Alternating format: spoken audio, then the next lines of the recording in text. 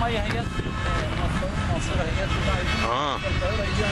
هي يعني سهل خالص. يعني هي الميه جايه من هنا؟ تمام والله. طب الصرف بتاع الحمام ده هيبقى فين صحيح؟ ما في صرف.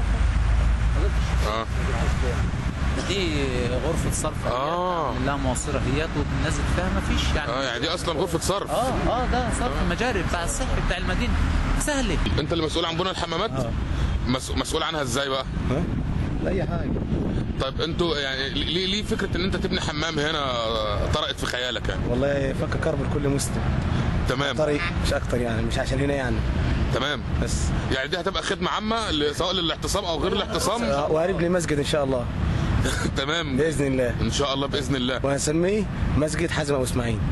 تمام. او مسجد الاعتصام. تمام باذن الله. طب قول لي حضرتك الحمام ده هيبقى افرنجي ولا بلدي؟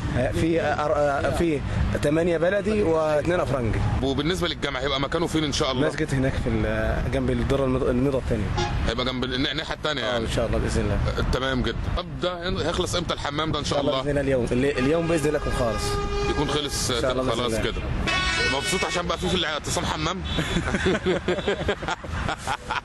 الاخوه دلوقتي بيقولوا لي ايه؟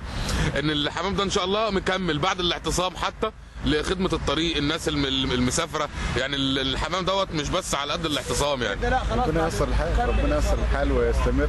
بس يعني مدينه عملاقه زي دي حضرتك مثلا مدينه عملاقه زي دي كان واجب عليهم، وده طريق شغال وطريق سريع، كان واجب عليهم يعني مش احنا، كان واجب ان ينبني هنا مسجد وينبني حمامات. الحمامات دي هتبقى فيه رجالي وفيه حريمي؟ طبعا ما احنا الافرنج ديت قد يكون يعني الافرنج انت عارف النساء اكثرهم يعني كذا، فممكن يعني او ممكن نعمل ناحيه دولت وناحيه دولت يعني حسب تسهيل الله عز وجل. لما نشوف برضه فيه طبعا احنا مش شغالين من دماغنا، لان لابد يكون لنا مرجعيه بنرجع لها، وهم اللي بيوجهونا ويقولوا اعملوا كذا وخلوا كذا وشوفوا كذا. رجعت لمين حضرتك في موضوع الحمامات ده؟ يعني اخواننا طبعا موجود الشيخ حازم واللجنه القائمه اللي هي بتاخذ الكلام او بتاخذ الاقتراحات، والاخوه اللي هم موجودين، فدايما هم اللي بيشوروا علينا وبيتكلموا معنا واحنا بنقوم بخدمتهم.